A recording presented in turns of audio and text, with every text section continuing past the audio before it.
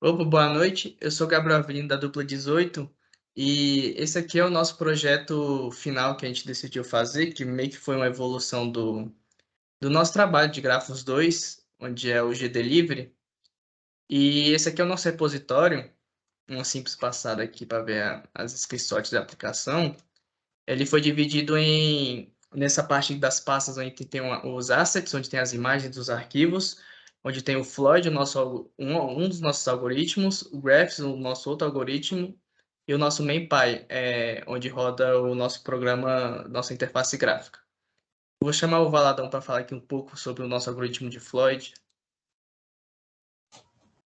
Boa noite, eu sou o João Vitor Valadão.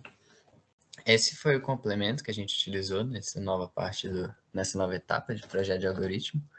Então, o algoritmo de Flood ele trabalha em forma de matriz. Então, dessa maneira, a gente converte o grafo para uma forma que ele vai ler em forma de matriz. Os nós vermelhos são os nós que têm mais de uma ligação.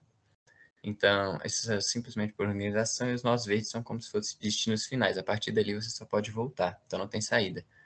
Descendo mais um pouco, a gente parte para o algoritmo em si, que é de Floyd Marshall. E nesse algoritmo, então, primeiro a gente vai setar as posições dessa matriz para zero, e ali, a partir da linha 51, a gente vai começar a criar as tabelas M1, M2, M3, respectivamente, para assim a gente conseguir utilizar os dados dessas tabelas, né? Saber verdadeiramente os pesos e a distância em cada um.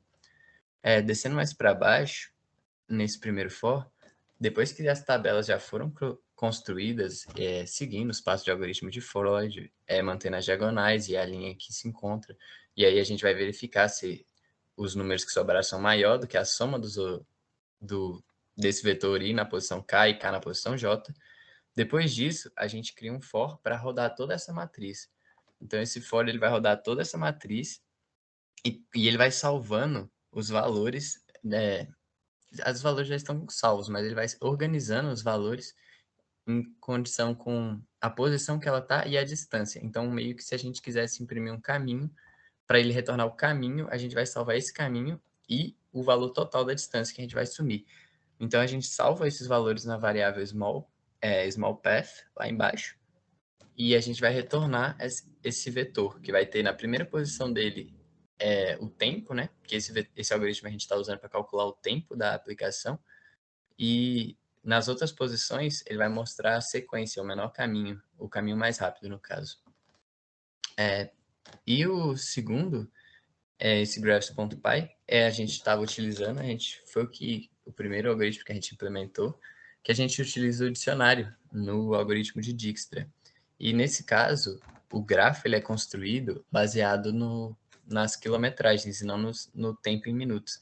Então, dessa maneira, a nossa aplicação consegue retornar dois métodos diferentes. Então, por Dijkstra, ele calcula apenas a distância, enquanto por Floyd, ele vai calcular pelo tempo.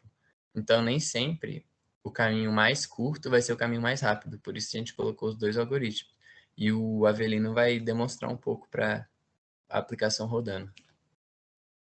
Agora falando um pouquinho do nosso arquivo main, aqui nesse arquivo é onde onde ocorre a interface gráfica do arquivo.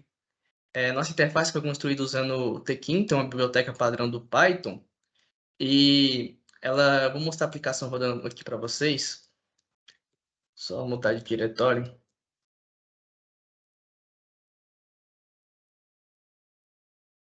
E para rodar a aplicação é bem simples, é só dar um Python,